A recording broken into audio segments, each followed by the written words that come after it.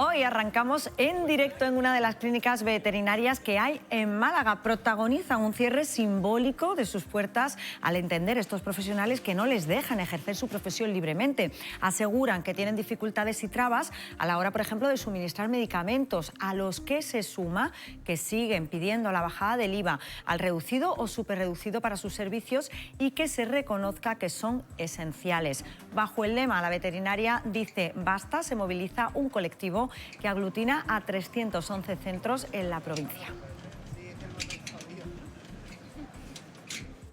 Buenos días, es martes, es 11 de febrero, arranca Málaga aquí ahora. Ya saben que somos el magazín de la televisión municipal de Canal Málaga, en el que cada día les acompañamos hasta la 1:15 de la tarde para contarles todas las historias de la ciudad, hoy marcado por estos 4 puntos en directo que están viendo aquí en esta pantalla. Por una parte vamos a hablar de violencia de género, seguimos pendientes después del asesinato de Catalina de Lina, 48 años, fue asesinada en la madrugada del sábado al domingo presuntamente por su pareja.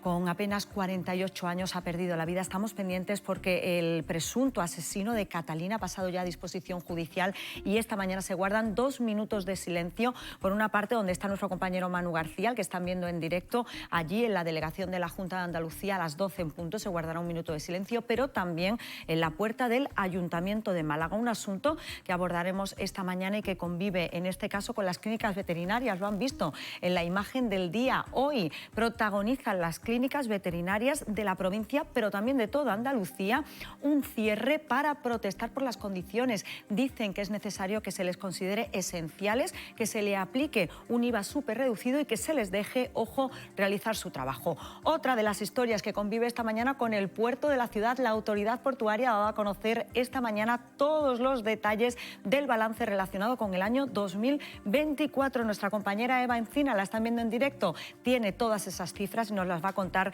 en 1 minuto. Pero además tenemos también a nuestra compañera Lara Hernández, que está pendiente de una comparecencia que va a tener lugar en el Parque del Oeste, donde está el Festival de las Linternas. Saben que desde hace meses se puede ver allí, en esa zona de la capital. Bueno, pues el Grupo Municipal con Málaga va a hablar esta mañana de ese asunto y, como les digo, nuestra compañera Lara Hernández nos va a dar todos los detalles sobre esa historia.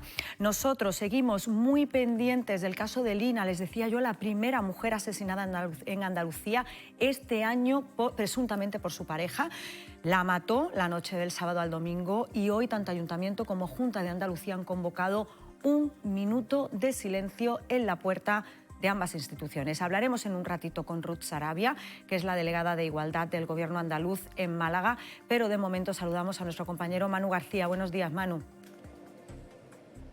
Hola, ¿qué tal? Buenos días, Paula. Sí, Málaga continúa consternada por el asesinato de Lina, de 48 años, a manos presuntamente de su pareja el pasado domingo en Benalmádena. De hecho, en tan solo unos minutos aquí en la subdelegación del Gobierno se va a guardar, en la delegación del Gobierno de la Junta de Andalucía, se va a guardar 1 minuto de silencio en repulsa por este asesinato machista, al igual que en el Ayuntamiento de Málaga, el primero en lo que llevamos de año en toda Andalucía. Además, la plataforma Violencia Cero ha manifestado, va a hacer una concentración a partir de las 7 de la tarde en la Plaza de la Constitución en repulsa por estos hechos. Tenemos que recordar que la propia víctima denunció haber recibido agresiones verbales hace unos 20 días y llegó a pedir una orden de alejamiento, medida que fue rechazada por considerarse riesgo medio. Finalmente, la pareja presuntamente cumplió sus amenazas y mató a la víctima, dejando a los 3 hijos que tenía con ella y a 1/4 de una relación anterior sin su madre. Esta mañana el supuesto asesino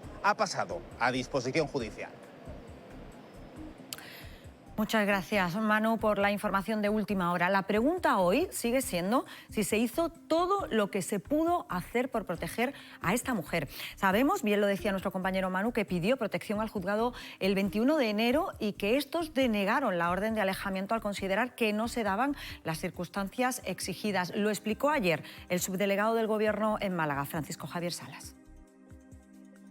Es que esta mujer no quiso denunciar a su pareja por la posible violencia física que le ocasionaba, ¿no? Desgraciadamente fue de oficio la policía la que cursó la denuncia ante el juzgado de violencia contra la mujer y fue el juzgado el que le tomó declaración. Desgraciadamente esta mujer tampoco quiso ampararse en las medidas de protección como un piso de acogida para ello y desgraciadamente todo esto hizo que el juzgado determinara que el riesgo era medio y que evidentemente pues, no pusiera más medidas.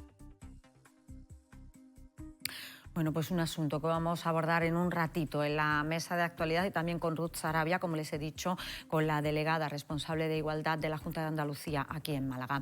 Hoy también estamos pendientes del paro, lo han visto, que llevan a cabo las clínicas veterinarias aquí en Málaga y que se repite en toda Andalucía, porque consideran estas clínicas veterinarias que tienen muchas trabas burocráticas que les impiden llevar a cabo su trabajo. Con ellos está esta mañana Rocío Carrascal. Buenos días, Rocío. Buenos días, Paula. Buenos días, Málaga. Pues efectivamente, los 311 centros que cuidan a los animales de la provincia se suman a este paro simbólico desde las 11 de la mañana y hasta las 12 que han convocado la Asociación de Veterinarios Especialistas en Pequeños Animales. Lo hacen en protesta por el Real Decreto y que regula la distribución, la prescripción, la dispensación y también el uso de medicamentos veterinarios por considerarlo, dicen, que es excesivo y atentan contra la dignidad de la profesión. Es una movilización que ha comenzado aquí en Málaga, pero que se ha extendido a toda Andalucía y también al resto de España. Estamos hoy aquí con ellos para que nos cuenten todos los detalles. Gracias, Rocío. Reivindicaciones que les contamos en unos minutos y que conviven, fíjense, esta mañana con la vivienda, porque este mes se aprobará el plan de choque de la Junta de Andalucía para promover la construcción de viviendas. Lo anunció así el presidente de la Junta de Andalucía, Juanma Moreno. En febrero vamos a aprobar el plan de choque de medidas urgentes para impulsar nada menos que 20.000 viviendas de protección oficial en los próximos años. Y por eso, a partir de ahora, dentro de este decreto, los solares o edificios con uso turístico o de oficina podrán destinarse de manera inmediata a la construcción de viviendas protegidas. Además, podrán construirse VPO en solares con uso dotacional privado, como por ejemplo gimnasios o residencias de estudiantes, siempre que estas viviendas protegidas se destinen de forma permanente al alquiler. Un decreto ley que dará cobertura legal a los ayuntamientos, porque evidentemente tienen que tener esa cobertura, para esos cambios de uso y que además autoriza mayor densidad de viviendas en parcelas que se destinen a VPO, creará junto a los ayuntamientos una bolsa de suelo para dar transparencia a la promoción de VPO, cosa que ahora no la hay, e impulsará algo que nos parece clave, fundamental en cualquier gestión, que es la colaboración público-privada. La pregunta es, ¿servirá para algo este plan, las medidas que plantea la Junta de Andalucía? Le vamos a preguntar hoy a la secretaria de la Federación Andaluza de Empresarios de la Construcción. Con Violeta Aragón hablamos en unos minutos, pero antes vamos a saludar a Eva Encina, que esta mañana ha estado en la rueda de prensa de balance de la Autoridad Portuaria. Buenos días, Eva. ¿Qué tal, Paula? Buenos días. Así es, a primera hora de la mañana ha comparecido el presidente de la Autoridad Portuaria, Carlos Rubio, para hacer ese balance del ejercicio 2024.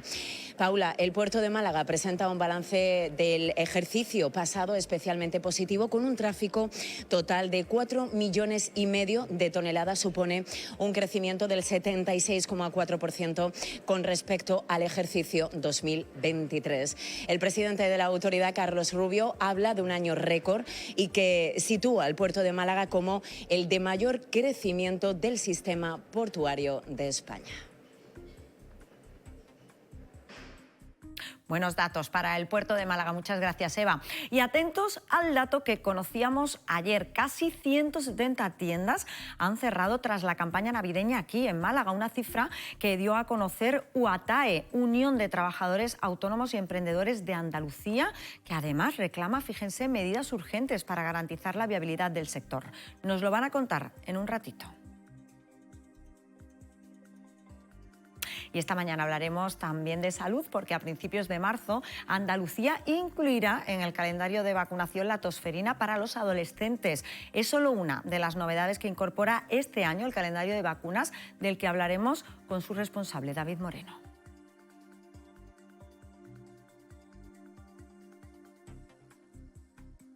Un asunto, las vacunas que se incorporan al calendario este año, que completamos esta mañana con la rueda de prensa que van a ofrecer los miembros de Con Málaga. Con ellos está Lara Hernández. Buenos días, Lara. Buenos días, Paula. El Grupo Municipal con Málaga va a llevar una iniciativa a la próxima Comisión de Medio Ambiente para pedir al equipo de gobierno que no se vuelva a realizar el Festival de las Linternas en el Parque del Oeste, ni tampoco en ningún otro parque público de aquí de la ciudad. Defienden que no debe anteponerse, dice la coalición de izquierdas, el beneficio privado ante el interés público. Con esta moción que van a llevar a la comisión quiere que se selle ese compromiso de que no se vuelva a realizar este espectáculo, que quede por escrito y también con esa votación que se realice a la moción. Por cierto, que varios medios, Cadena Ser y El Español, apuntaban que los promotores renunciaban a volver a realizar este espectáculo aquí en Málaga y nuestros compañeros de Canal Málaga Radio han podido hablar esta mañana con Iluminaciones Ximénez. Les han dicho que todavía no ha terminado el festival. Recordemos que lo hace este sábado 15 de febrero y también les han señalado que están en permanente comunicación con su socio chino, Latter Group, con quien, llegado el momento, dicen, se hará una valoración. Esto es lo que hemos podido saber hasta el momento. Estaremos muy pendientes y ahora en unos instantes el portavoz del Grupo Municipal con Málaga, Nico Siglia, nos dará más detalles de esa moción que llevarán a la próxima Comisión de Medio Ambiente. Pues muchísimas gracias, Lara Hernández. Ya saben que todos los detalles se los van a dar nuestros compañeros de informativos a las 2 y a las 6 de la tarde. Nosotros hoy le contamos también que hoy, 11 de febrero, se celebra el Día de la Mujer y la Niña en la Ciencia. Se repiten las actividades por este motivo y una de ellas la ponen en marcha en el Colegio Ángel Ganivet. Hoy hablaremos con su directora, que nos contará los detalles sobre las primeras, porque son las primeras jornadas que celebran de ciencias dedicadas a la investigación y los experimentos. Son los asuntos que les vamos a contar hasta la 1:15 de la tarde y que completamos a esta hora. Lo están viendo ya con las portadas de los diferentes periódicos locales. Comenzamos con Diario Sur, que nos cuenta que 3 de cada 4 multas de tráfico en Málaga son por exceso de velocidad. Es la noticia con la que titulan esta mañana nuestros compañeros de Diario Sur y que completamos a esta hora con el Málaga Hoy. El Málaga Hoy, la familia de la víctima de Benalmádena, que murió estrangulada, ve su crimen machista un error judicial. Siguen hablando del que se ha convertido en el primer crimen por violencia machista en Andalucía en este 2025 y el segundo a nivel nacional. En este caso, La Opinión de Málaga: en marcha las obras para traer a Málaga el hipermercado norteamericano Costco. Esta es la fecha de apertura. Es la noticia que llevan nuestros compañeros de La Opinión de Málaga en este caso y en este martes 11 de febrero y que convive también con la portada del Español y que en este caso habla, por una parte, de los veterinarios de Málaga.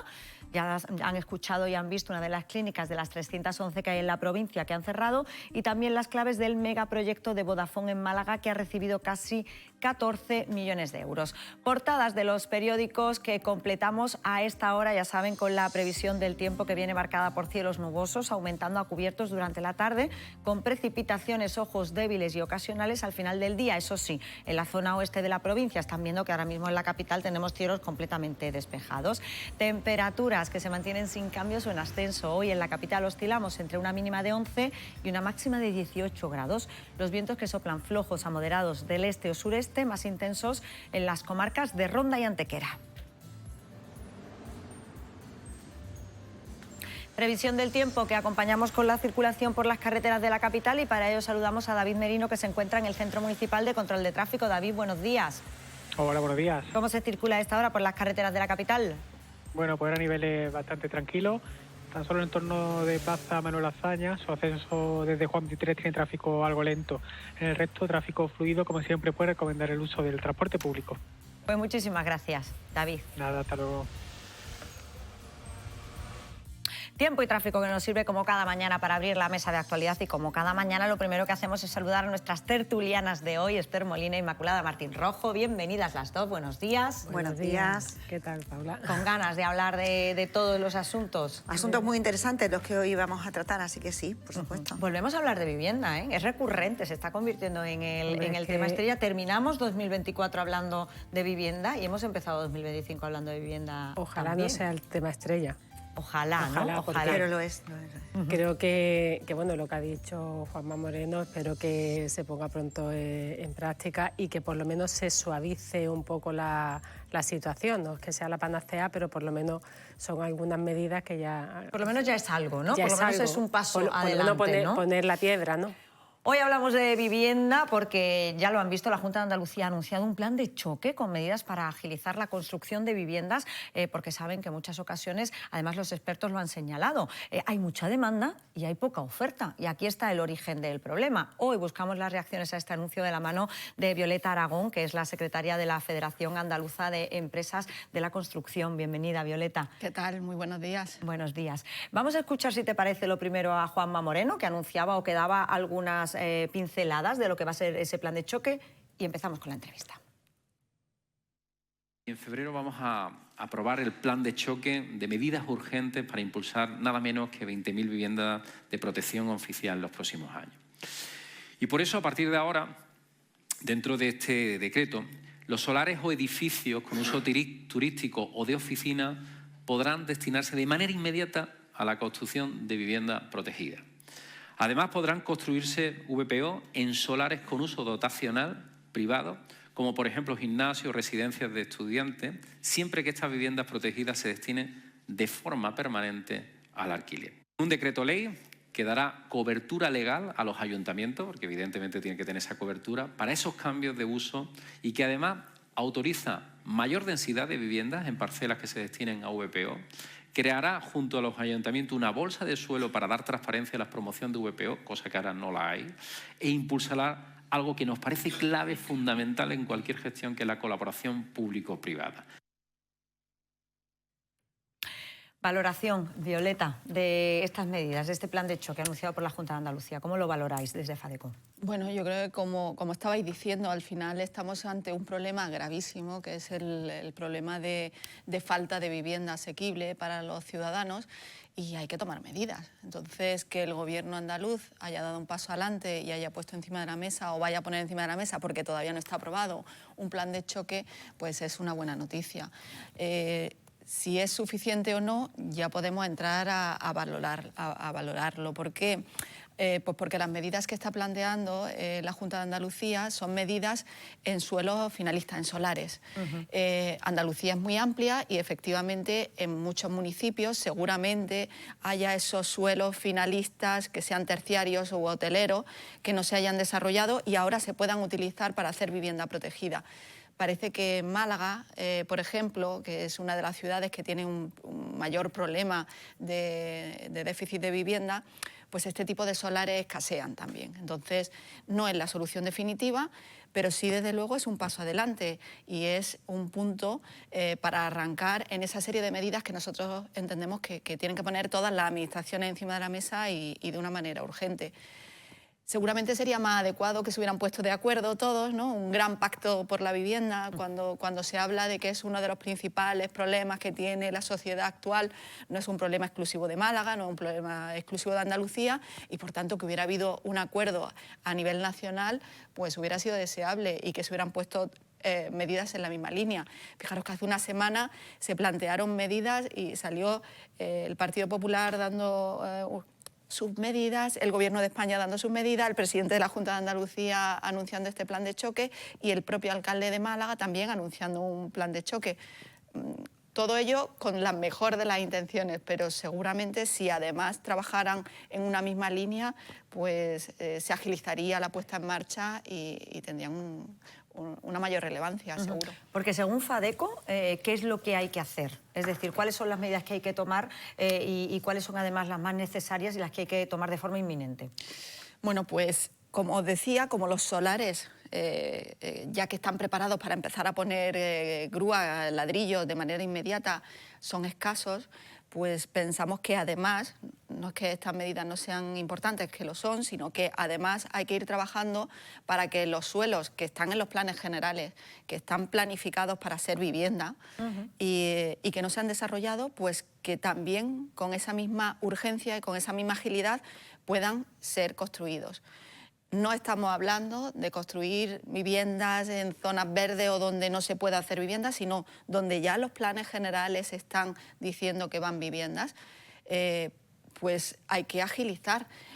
¿Cómo puede ser que desde que se publica y se aprueba un plan general hasta que realmente empiezan a ponerse en ejecución esas obras de vivienda. Sí, empieza la primera piedra, como el que efectivamente, dice, ¿no? pasan de 10 a 15 años. Entonces, esto es lo que hay que atajar. Esos nuevos suelos tendrían que, y nosotros estamos planteando esa necesidad de que tengan obras de urgencia, de emergencia, igual que se hace con obras de emergencia, pues proyectos de carreteras o cuando hay inundaciones, enseguida empezamos a actuar, pues estos suelos lo primero que necesitan es hacer las calles, los viales, los parques. Urbanizar toda esa zona, efectivamente, ¿no? hay que veces. urbanizar, pero que es hacer ciudad, hacer ese barrio, claro. Hay que empezar haciéndolo. Pues que esas obras de urbanización se consideren obras de emergencia a día de hoy, porque hasta que eso no ocurra no podremos poner viviendas. Y el grueso de viviendas que necesitamos en ciudades como Málaga no están en esos solares que están dispersos en la ciudad, sino que están en estos nuevos desarrollos. Y esos nuevos desarrollos son los que entendemos que hay que agilizar. Y si es necesario, incluso, bueno, pues esos incrementos de densidad que hablaba el presidente, que en aquellas zonas en las que se vaya a hacer VPO, pues se va a incrementar la densidad, eso quiere decir que se van a poder hacer más viviendas de las que estaban previstas, pues esos nuevos desarrollos que no tengan que iniciar su tramitación para poder hacer más viviendas protegidas. Si ahora estamos viendo que la previsión que hicimos de vivienda asequible no es suficiente y que hay que incrementarla, pues hagámoslo, pero no mediante un trámite infinito urbanístico que nos lleve al principio de la tramitación y nos lleve 10 años más, sino que se pueda hacer de forma inmediata. ¿Cuáles son las zonas de ampliación de Málaga? Hablamos mucho de ampliar el parque de vivienda de Málaga, pero ahora mismo los terrenos, Violeta, que estás hablando, que dices, bueno, están ya incorporados en el Plan General de Ordenación Urbana que tenemos, pero hay que agilizar que se pueda construir en esos terrenos. ¿Cuáles son? Pues ahora mismo tenemos que estén en marcha las obras de urbanización ya avanzadas, Distrito Z, arrancando o a punto de arrancar Cortijo Merino. Y luego tenemos espacios para seguir ampliando pues, por toda la zona de universidad y zona de Campanillas.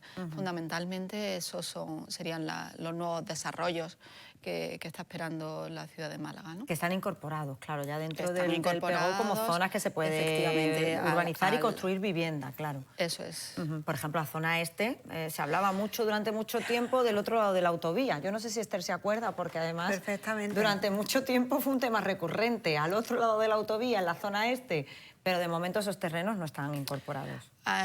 No hemos cruzado la autovía, que es algo que a lo mejor que no hay que vetarlo. Es decir, que en los momentos en los que el urbanismo tiene que estar vivo y tenemos que ir dando respuesta a las necesidades de la ciudad. Que hace unos años se pensara que no se podía construir por ahí o que no podíamos o que no queríamos, no quiere decir que no podamos repensarlo. En la zona este hay muy pocos desarrollos. Hay algunos suelos, pero no para un volumen suficiente de viviendas. O sea que el gran crecimiento de Málaga está en el oeste. Sí, yo tenía varias reflexiones, ¿no? En primer lugar, me parece positivo que haya una conciencia real y que se propongan medidas reales, quiero decir, aterrizadas, porque lo de voy a construir 140.000 viviendas a mí no me... Verá, es que la cuarta vez que lo oigo. Estamos en una situación de absoluta crisis y urgencia que requiere una respuesta urgente y de crisis. Entonces, el tema de que se vaya por la simplificación administrativa, Violeta, me parece muy positivo, ¿no? Porque uno de los principales problemas tediosos es las leyes de ordenación urbana y los trámites urbanísticos que son, vamos, tan eternos que son imposibles que tengan una respuesta. Bueno, cuando 10, 15 se está años tardando empezar 10, 15 años. Eso en primer lugar. En segundo lugar, el tema es que también me parece muy positivo que se anime al alquiler, ¿no? En esas viviendas que se va a potenciar o digamos, a beneficiar si construyen, siempre y cuando sean viviendas para alquiler, ¿no? Y que se pueda cambiar la calificación administrativa sin ningún tipo de trámite, por lo que yo he entendido, Esas ¿no? las viviendas de protección oficial, ¿no? Exactamente, suelos dotacionales que se puedan, sin haber una modificación de elementos o una modificación que se puedan adscribir a otros usos. Eso me parece positivo. Pero yo tenía varias cuestiones que me surgen como pregunta. En primer lugar, tú hablabas de poner solo a disposición, me imagino que para todo tipo de viviendas, porque os voy a decir una cosa, cuando la densidad aumenta, también se regula el precio. Esto es ley de oferta y demanda. El precio de la vivienda está disparado porque no hay vivienda. Si hubiera más viviendas, obviamente el precio baja, esto es como todo, ¿no? Eso en primer lugar, ¿qué opinas sobre eso? En segundo lugar, el tema de la urbanización de las parcelas me parece básico, pero también me parece básico que diéramos una pensada al tema de la movilidad. Hablamos de cruzar la autovía y de cruzar Málaga Este, pero estamos viendo el crecimiento poblacional que está viendo en el área metropolitana, que también necesitaría una pensada sobre el tema de movilidad. Y yo creo que no deberíamos hablar ya de Málaga, sino del área metropolitana. Y, por supuesto, completamente de acuerdo contigo en sumar todas las administraciones, y aquí cada uno va por su sitio, que es el eterno problema, ¿no? Pero sobre esas cuestiones de movilidad, sobre esas cuestiones de densidad, de regulación de precios, pues sí que me gustaría saber tu opinión. Pues, como decías, siempre hablamos de vivienda asequible y no está muy definido qué es la vivienda asequible. Muchas veces hacemos la comparación de vivienda asequible y decimos que es vivienda protegida, pero la vivienda asequible no es vivienda protegida. La vivienda asequible depende de cada familia. O sea, es la vivienda que podría comprar una familia utilizando entre un 30-40% de sus ingresos. Entonces, en función de los ingresos de cada familia, podrá acceder a un tipo de vivienda. ¿Por qué digo esto? Porque está ocurriendo la paradoja de que hay mucha gente que no puede comprarse una vivienda de VPO porque está cobrando más de los ingresos limitados que están establecidos para poder acceder a una vivienda de VPO, pero no puede comprar comprarse una vivienda libre.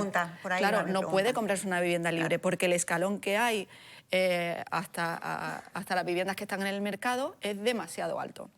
Entonces, efectivamente, Esther, lleva toda la razón en que, además de hacer vivienda protegida para la gente o las familias que tienen estos ingresos establecidos, hay que hacer una vivienda asequible para el resto de la sociedad, para familias que tienen clase media, no ingresos medios. Es que a día de hoy, pues dos profesores o enfermeros o alguien que tiene un sueldo fijo, que pueden ser funcionarios y con un sueldo medianamente bueno, se pasan de poder comprar una vivienda protegida. Tienen más ingresos que los establecidos para una vivienda protegida, pero no podrían entrar ahora mismo a comprar una vivienda de las que hay en el mercado. Entonces, efectivamente, todos estos nuevos desarrollos, como sabéis, hay parte vivienda protegida y parte vivienda libre. Entonces, sí, claro, hay que urbanizar y empezar a hacer todas esas viviendas para que se aflore en el mercado todo tipo de producto.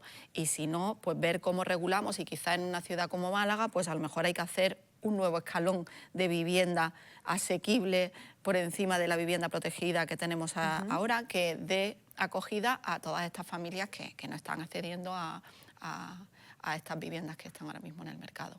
Con respecto al alquiler, pues decirte que sí, que efectivamente hay que incentivar que haya vivienda en alquiler, que no creo que sea la solución definitiva, creo que es un inicio para arrancar, ¿no?, a los jóvenes que empiecen en su vivienda en alquiler, pero yo creo que el objetivo de cualquier familia al final es tener una vivienda en propiedad, porque si no, y además está estudiando qué ocurrirá en el futuro cuando todos estos jóvenes que están en alquiler y no han podido acceder a una vivienda en propiedad lleguen a la edad de jubilación, cuando están las pensiones, que no está muy claro cómo terminaremos o qué garantía tendremos para las pensiones o en qué nivel, y teniendo que pagar un alquiler. Entonces, bueno, el tener una vivienda en propiedad, en el fondo, todos lo tenemos como un refugio al ahorro y una seguridad a ese ahorro futuro, ¿no? Entonces, bueno, pero efectivamente hay que iniciar, y para arrancar una familia o un hogar o a la independencia de un joven, está muy bien que arranquemos con el alquiler, y hay que tener vivienda suficiente en el mercado, que ahora tampoco tenemos oferta suficiente y también los alquileres están por las nubes. Pero yo aquí sí veo importante resaltar que incentivar la vivienda en alquiler no es solo una cuestión de impuestos, porque al final la mayoría de las viviendas ahora mismo que podrían estar en el mercado del alquiler están en manos de particulares y que no se fían de poner la vivienda en alquiler, por mucho que le incentiven con fiscalidad o le incentiven, no es suficiente. La intranquilidad que le supone tener su vivienda en el mercado del alquiler hace que no la pongan. Y ahí está otro de los problemas, otra de las aristas del problema de la vivienda que viene de esa ley estatal de vivienda de la que vamos a hablar en un minuto, pero me vais a permitir, porque me dicen que ya ha comenzado ese minuto de silencio en la puerta del Ayuntamiento de Málaga. Les decía yo que estábamos muy pendientes esta mañana de ese minuto de silencio que se va a guardar, además de manera simultánea, tanto en la puerta del Ayuntamiento de Málaga como en la puerta de la delegación de la Junta de Andalucía, justamente para mostrar ese rechazo por el asesinato de Catalina, de Lina, ya saben, esa mujer que vivía en Benalmádena y que fue asesinada presuntamente por su pareja en la madrugada del sábado al domingo. Seguimos pendientes de todos los avances dentro de la investigación. La última novedad que hemos conocido hace pocos minutos es que este hombre ha pasado ya a disposición judicial y estamos pendientes de ver los avances. En unos minutos además vamos a tener la posibilidad de hablar con la delegada responsable de Igualdad, con Ruth Sarabia, delegada de Igualdad de la Junta de Andalucía aquí en Málaga, para ver qué ha podido pasar, qué ha fallado, si es que ha fallado algo, y que nos cuente cómo es el mecanismo a la hora de abordar la violencia de género.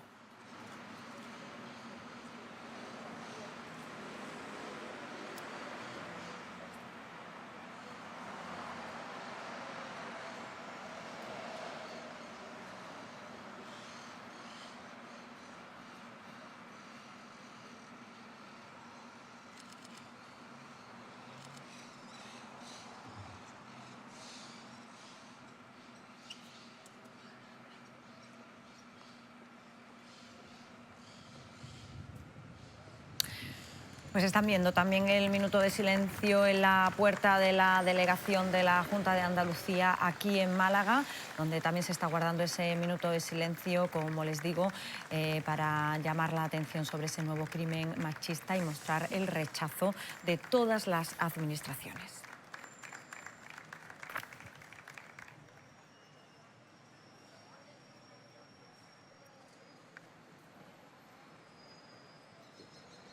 Pues minuto de silencio que se guarda en la puerta de la delegación de la Junta de Andalucía. En unos minutos estaremos, ya saben, con Ruth Sarabia para abordar este asunto, pero estamos hablando de vivienda. Hacía referencia además a la ley de vivienda y a la inseguridad jurídica que tienen pues las personas que son propietarias de una vivienda a la hora de alquilarla. Y ahí viene también otro de los problemas. Claro, no hay vivienda en alquiler. Hoy además publicaban nuestros compañeros de Ser Málaga, lo estaba yo viendo que el 20% de las viviendas alquiladas no llevaban ni 24 horas en el mercado.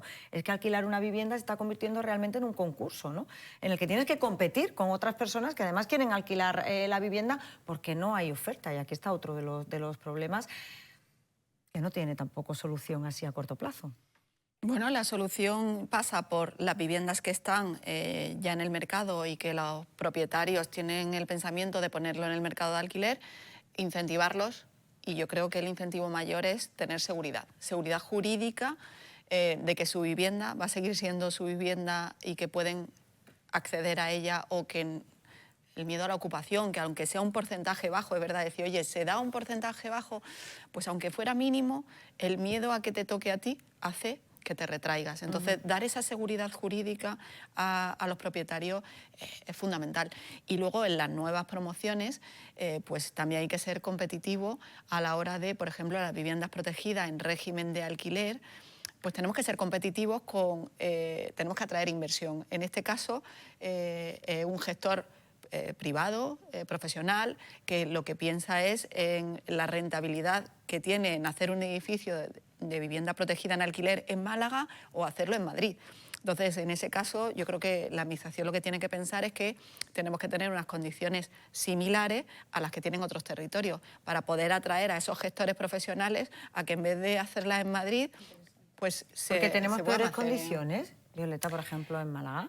En Andalucía, la relación, al final, esto es un porcentaje, el precio que puede cobrar un gestor por un alquiler es un porcentaje del módulo que en cada territorio haya. En Andalucía ese porcentaje es un 4,5% y en Madrid es un 5,5%. Bueno, pues es un punto que esto hace reflexionar al que se dedica profesionalmente a hacer esa gestión. Y, por supuesto, la segunda parte es esa seguridad, pero esa seguridad es la misma en todo el territorio, de que esta empresa que va a gestionar un edificio entero en alquiler, pues va a tener facilidad en el caso de un impago, de sacar a unas personas que estén impagando y que esa vivienda o tener pueda... la garantía de que alguien se va a hacer responsable, ¿no?, de ese pago, de ese alquiler. En el caso de que no lo cobre. ¿Tiene Fadeco un cálculo de cuántas viviendas harían falta para paliar, yo no voy a decir solucionar, pero por lo menos para que este problema de la vivienda empezara un poco a equilibrarse? Pues no es un cálculo de Fadeco, es un cálculo de alguien que se supone más imparcial, que el Banco de España. El Banco de España hace análisis periódicos sobre la situación del mercado de la vivienda y el inmobiliario en España, y ha cifrado que ya a día de hoy están faltando en España 600.000 viviendas, y que de esas 600.000 viviendas, 100.000 están en Andalucía.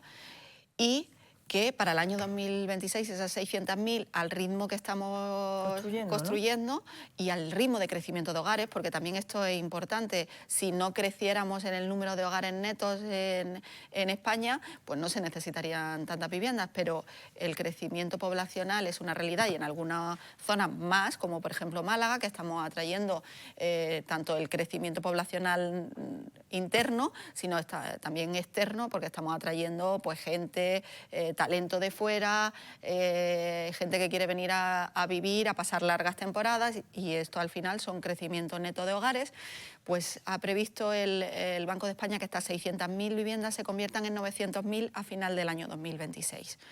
O sea que tenemos un problema evidentemente muy grave, y no admite soluciones puntuales o medias soluciones, sino que tienen que ser soluciones drásticas. Es que tenemos un problema gravísimo.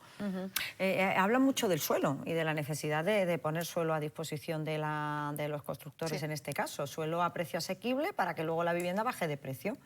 Esto es una realidad. Eso es. Hay que poner suelo, al menos suelo. Es decir, es que ahora mismo ni asequible ni no asequible, no hay suelo. Entonces, es decir, vamos a intentar generar ese suelo para poder construir, que es, vamos a hacer las calles donde luego van a estar las parcelitas donde vamos a hacer los edificios. Pues de manera inmediata vamos a empezar a hacer ciudad, vamos a hacer calles, parques, vamos a organizar, a urbanizar esos nuevos desarrollos. Y luego, todo el tiempo que acortemos va en la dirección en la que tú hablas, que el precio se reduce, porque el tiempo al final es coste en dinero. O sea que cualquier recorte de plazos seguro que repercute en precios más bajos. Hablaba Esther de la movilidad también, Violeta, y ahí tenemos también otra asignatura pendiente. Ojo, especialmente en Málaga, porque claro, si queremos desarrollar nuevas zonas para que la gente vaya a vivir, también tiene que tener posibilidades de movilidad, ¿no? Y de que la gente pueda conectar, pueda ir a su trabajo, pueda llegar a tiempo a llevar a los niños al colegio, en fin. Esto va muy ligado, las infraestructuras necesarias para dar servicio a esta población que es creciente. Y entonces, pues nosotros en Málaga, desde luego, tenemos dos grandes retos. Uno es la movilidad y el otro es el agua. Los dos que tenemos que solucionar en paralelo al problema de la vivienda. Evidentemente Málaga ya no es la ciudad de Málaga, hablamos de conurbación, ya el área metropolitana, área ¿no? metropolitana, efectivamente, y para que realmente funcione bien ese área metropolitana como una unidad, pues tenemos que tener muy buenas comunicaciones. Oye, que me quedo con un montón de... Da gusto, escuchar a Violeta Aragón, estoy aprendiendo. además... Yo estoy apuntando aquí cositas para aprender también, ¿no? Yo tengo una pregunta. Sí, pues muy rápido, Inmaculada, porque no tenemos tiempo. Ese nivel intermedio del que tú hablas, ¿cómo se puede conseguir? O sea, están las viviendas de protección oficial que hemos hablado, pero luego hay esa clase media que no tiene... ¿Somos todos? Claro, que somos la gran mayoría, que no tiene para los nuevos precios, pero tampoco... cada vez menos, en la clase media porque, cada claro, vez, porque... si no queremos regular el mercado, ¿cómo se consigue? Pues ahí la única, si no es con regulación del mercado, aquí hay dos fórmulas. O ponemos otro tipo de vivienda protegida que permita un nivel superior de ingresos de vivienda protegida, esa sería una fórmula, y la otra, como decía Esther, que es poniendo más vivienda en el mercado. Si ponen más vivienda en el mercado libres, pues al final, esto es la ley de la oferta y la demanda, en el momento que hay suficientes viviendas en el mercado, los precios se desinflan un poquito. Pues parece que las fórmulas están bastante claras. A ver si las administraciones se ponen las pilas y toman las medidas necesarias. Violeta Aragón, mil gracias. Muchísimas gracias a vosotras por habernos acompañado esta mañana. Nosotros seguimos contándoles historias y saben que hoy estamos pendientes también de las clínicas veterinarias porque tienen un paro en toda Andalucía y también a nivel nacional justamente por las condiciones de trabajo que tienen. Con ellos está Rocío Carrascal. Hola de nuevo.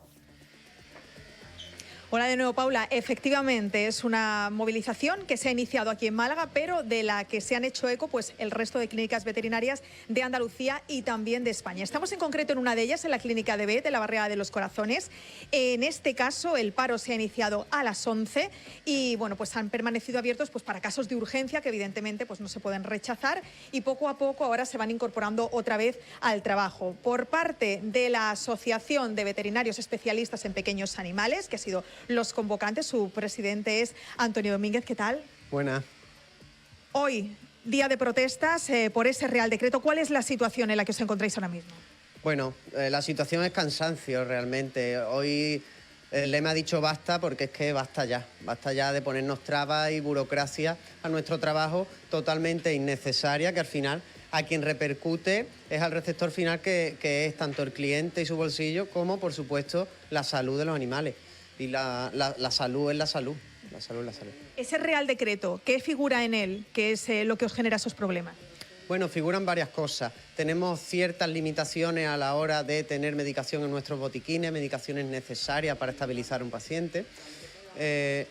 Luego, por otro lado, tenemos mucha burocracia porque tenemos que declarar cada medicación que administramos a cada animal, tanto la medicación que administramos en clínica como la que recetamos, cuando ya hay una base de datos y una plataforma a nivel europeo que contempla todo eso y se registra. Luego, por otro lado, estamos cansados del IVA veterinario. Somos un gremio esencial en la sociedad y como todo gremio esencial necesitamos tener un IVA súper reducido para poder permitir que cualquier persona pueda garantizar la salud de su mascota. Y ya te digo, estamos muy cansados de todo. ¿Esta situación cómo afecta a esos animales, a vuestros pacientes? Bueno, realmente no van a tener los tratamientos que necesitan de forma instantánea, puede haber ciertas demoras y ya te digo, porque es que mucha medicación también la tenemos que prescribir y que la compren en farmacia, ¿vale?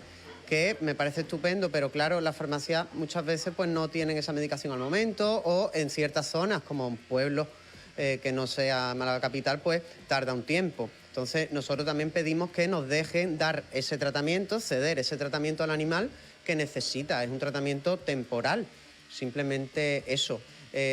Queremos que se nos tenga en cuenta que nuestra formación es suficiente para saber qué tenemos que darle al animal, cuándo y cómo, y saber si afecta o no la resistencia de los antibióticos. Somos los últimos interesados en que la resistencia a los antibióticos se fomente, los últimos, porque al final nos vamos a encontrar los problemas nosotros de frente y de cara.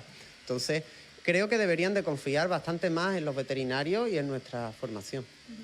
Bueno, pues además de la Asociación de Malagueña de Veterinarios Especialistas en Pequeños Animales, bueno, pues estos paros de hoy, estas protestas también las están secundando, pues por ejemplo, desde la Asociación Empresarial Malagueña de Veterinarios. Jesús Gutiérrez, muy buenos días. Hola, muy buenos días. Totalmente de acuerdo con todo lo que ha expuesto hasta ahora mismo, Antonio. Absolutamente. Es un poco paradójico que los empresarios hayamos decidido cerrar nuestros negocios cuando nuestro negocio es la actividad económica. Pero es que realmente el grueso, el valor principal que tenemos en nuestros centros son los veterinarios. Y cuando se ataca a los veterinarios, quienes sufren son todos los que están recibiendo los servicios de los veterinarios. En primer lugar, los animales, lógicamente, pero también los propietarios de esos animales y luego nosotros como empleadores de esos animales, perdón, de esos veterinarios, porque realmente cuando sacamos a un veterinario de atender a los animales y lo ponemos a rellenar papelitos, lo que estamos haciendo es bajar la productividad, por lo tanto disminuyen los ingresos y como mantener un negocio cuesta lo que cuesta, lógicamente al final acaban subiéndose los precios de las facturas, de los servicios, y ¿eso quién lo paga? Lo paga, por un lado, el cliente y, por otro lado, lo paga el animal, que a veces el cliente no llega, porque además se le suma un 21% de IVA, que es un IVA de lujo, y entonces no hay dinero para acceder a esos servicios, cuando se podrían conseguir de una forma muchísimo menos costosa. Juan Antonio de Luque, el presidente del Colegio de Veterinarios, también apoyando la causa. ¿Esta es una situación que se da solamente en lo referente a estos pequeños animales o también con el resto? También, bueno, en general hay que diferenciar entre animales de producción y animales que no son de producción. Desde el año 2019 los animales de producción estaban implementando un sistema de comunicación al Ministerio de Agricultura de los antibióticos. También, desde hace 5 años, los animales, los caballos no destinados para consumo humano también lo estaban haciendo. Nosotros reivindicamos que el sistema Presvet de comunicación obligatoria de antimicrobianos, que entró en vigor hace un mes para los perros, gatos y otros animales de compañía, que ya lo era obligatorio para los caballos no destinados para consumo humano también, pues esto se derogue. Este sistema se derogue. ¿Por qué? Porque ya el Ministerio de Sanidad tiene esta información que se la proporciona las farmacias y que se la proporcionan las comerciales detallistas minoristas. Es decir, el Gobierno de España ya tiene los antibióticos que se dispensan y que se suministran por parte de estos establecimientos a su conocimiento y a su vez lo pasa a la Agencia Española, a la Agencia Europea del Medicamento. ¿Por qué se quiere retorcer y conseguir de una duplicidad? Bueno, esto es una idea que ha venido de la Dirección General del Ministerio de Agricultura, pero que al final no han valorado lo que está suponiendo a la profesión veterinaria en cuanto que está perdiendo mucho tiempo en burocracia en tener que transcribir y comunicar esta documentación al Gobierno, que es necesaria para la resistencia antimicrobiana, pero esta comunicación ya la tiene por otras vías. Los farmacéuticos ya se la dan, las comerciales detallistas minoristas ya se lo dan. ¿Para qué quiere que se lo dé el veterinario clínico? Y sobre todo para los animales, como los caballos no destinados para consumo humano, los perros y los gatos, que no se comen en España. Señores, que los perros, los gatos y los caballos no destinados a consumo humano no se comen en España. ¿Para qué quieren saber ese antimicrobiano que se le ponen a esos animales? Es decir, hay que saber diferenciar. La profesión veterinaria y el Colegio de Veterinario de Málaga está muy implicado en la resistencia antimicrobiana. De hecho, en el año 2021 se hizo un gran congreso de resistencia antimicrobiana y se hizo en Málaga. Además, el Colegio de Veterinario de Málaga ha creado la primera cátedra Guangel de Europa con la Universidad de Málaga. Y entre los estudios que se llevan a cabo es el tema de la resistencia antimicrobiana. Por lo tanto, que no nos vengan el Ministerio de Agricultura del Gobierno de España a decir que con esta implementación de este Real Decreto en el tema del sistema Presvet se va a mejorar la resistencia antimicrobiana, porque no es verdad. Porque ya España está reduciendo, es uno de los países mayores de Europa que ha reducido el consumo de antibióticos. A esto, si le sumamos también que en Andalucía, desafortunadamente, la única comunidad de España en la que los veterinarios, en sus centros veterinarios, tanto ambulantes como establecimientos, no pueden tener todos los medicamentos de uso humana y de botiquín y de hospitalario que necesitan, sino que solamente podemos tener 13 medicamentos de uso humano que podemos ir a la farmacia con una hoja de pedido y pedirlo. Sin embargo, en el resto de España pueden pedir todos los que quieran. ¿Por qué en Andalucía tenemos esto? Podemos obtenerlo, al final podemos conseguir esos medicamentos que necesitamos, tan esenciales como la adrenalina, pero a raíz de mediante unas recetas, mediante una burocracia que otros compañeros de España no la tienen. Por lo tanto, esa reivindicación no solamente va circunscrita al Ministerio de Agricultura, que además al Ministerio de Agricultura le pedimos que ahora que se está modificando la Ley de Garantía y Uso Racional de Medicamentos, tenga en consideración lo que los veterinarios venimos reclamando durante muchos años, y es que se confíe en la ciencia y en la profesionalidad veterinaria y podamos, simplemente estamos pidiendo que podamos suministrar a nuestros pacientes los medicamentos necesarios para curar de las patologías y de las lesiones diagnosticadas por el veterinario. Pues muchísimas gracias, Juan Antonio de Luque, y también pues a Jesús Gutiérrez y Antonio Domínguez, hoy desde aquí movilizándose. Ya advierten de que continuarán con esas movilizaciones, pero descartan las huelgas, sobre todo por sus pequeños pacientes.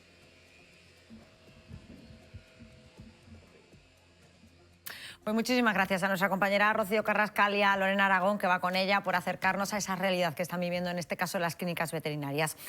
Fíjense que les daba yo una cifra en el comienzo del programa y se la vuelvo a repetir. 170 pequeños comercios, que es una barbaridad, cerraron una vez que terminó la campaña de Navidad. Los datos los ha dado a conocer la Unión de Trabajadores Autónomos y Emprendedores de Andalucía, que ha lanzado la voz de alarma. Aseguran que el auge de las grandes plataformas digitales, unido al elevado precio de los alquileres, ha puesto en jaque a los pequeños comerciantes, que cada vez se ven más abocados a bajar la persiana. Nos atiende a esta hora Pepe Galván, que es secretario general de la Unión de Trabajadores y Autónomos de Andalucía. Bienvenido, Pepe, buenas tardes. Hola, muy buenas tardes. ¿Qué dimensión tiene el cierre de estos 167 comercios en Málaga? Bueno, pues podréis entender que las dimensiones son dramáticas. Es decir, para nuestra organización y desde el punto de vista del estudio, digamos, sociológico y económico de lo que puede ser la bajada del comercio minorista, del comercio de proximidad en todos sus aspectos. Es decir, no solamente son tiendas al uso las que cierran, ¿no? También se ven castigados nuestros placeros, nuestros mercados y plazas de abasto, y se ven castigados también nuestro comercio ambulante.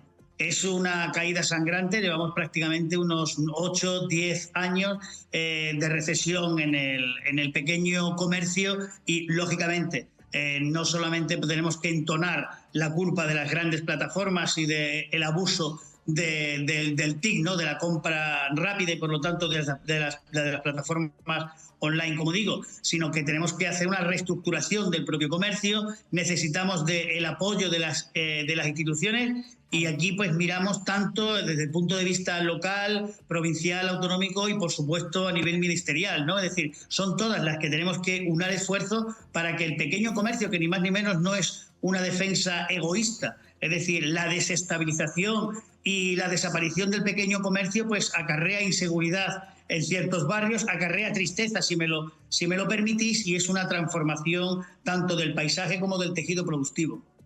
Pepe, ¿creéis que es un fenómeno puntual o es parte de una tendencia que ya empieza a ser preocupante? Sí, por desgracia es una tendencia. Como digo, no es una cuestión una cuestión estacional, ¿no? Es decir, pues pasan las Navidades y esto ocurre año tras año. No, la tendencia es a la baja y lo que nos encontramos es una falta incluso de relevo generacional importante. Es decir, no solamente podemos mirar, repito, y disculparme si soy insistente, en que la culpa puede ser de la tipología de consumo en el que hemos llegado, que también, lógicamente, pero como esto es algo que es inevitable, es decir, no vamos a poder cambiar la voracidad de las grandes plataformas en venta online, pero sí intentar atenuarlo. Y atenuarlo no es ni más ni menos que mirar el pequeño comercio con una idea también de prosperidad y con una idea de adaptación a la metodología de compra que el usuario quiere desarrollar. Estamos hablando, pues, adaptarnos a la digitalización y adaptar nuestro comercio, pues, a esa idea de consumo. Y pasa, repito, necesariamente por el apoyo de todas y cada una de las administraciones. Hay una cosa que es fundamental y que se nos está dando en el medio rural, y es el relevo generacional. Es decir, nos estamos encontrando día sí, día no, y posiblemente de esos 190 y algo comercios que han desaparecido en la provincia de Málaga, muchos de ellos, si me lo permitís, tengan que ver con el relevo generacional. Que no hay gente para que se haga cargo de esos comercios. ¿Qué le pasa a ese relevo generacional? ¿Por qué no quieren trabajar en el pequeño comercio en este caso? Pues por desgracia algo muy fácil, no le ven futuro al comercio. Es decir, la imagen que se está dando del comercio de proximidad no es un comercio pujante.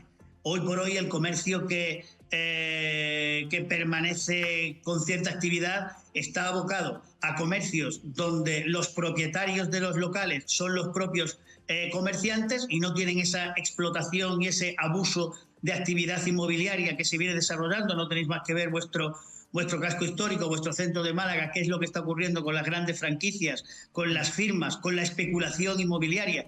Eso es algo que sí las administraciones pueden evitar. Lógicamente eso lastra el futuro del pequeño comercio. El nuevo emprendedor, esas generaciones que generación a generación, pues han ido quedándose, por decirlo de alguna manera, con los negocios familiares, tienden, lógicamente, a desaparecer. Es decir, se buscan nuevas expectativas más allá del comercio. ¿Se puede revertir? Sí. Hay que hacer políticas de protección, fundamentalmente en los cascos y centros históricos de las grandes ciudades, sin olvidar las periferias y, por supuesto, muy importante, no olvidar nuestras poblaciones, no olvidar nuestros pueblos. La desaparición del pequeño comercio en nuestros pueblos es la desaparición del propio pueblo. Claro. Yo de todas maneras tengo una sensación, que no sé si es solo sensación, de cuando vas de viaje ves mucho más comercio y más pequeño comercio en otras ciudades, que sin embargo aquí en Málaga, como decía, en el centro de la ciudad ha desaparecido. En calle Larios ya prácticamente no queda ningún pequeño comercio. Eso tiene que tener una explicación, algo tiene que pasar, ¿no? Hombre, no sé, yo creo que el alquiler, no lo que me hablaba antes del alquiler, es que muchos de esos negocios están cerrando porque literalmente no pueden hacer frente al alquiler que tienen que pagar. Es que ya es la pescadilla que se muerde la cola, no es solamente el tema de la vivienda, es también esos alquileres de locales que no pueden pagar. ¿Por qué estamos plagados de franquicias?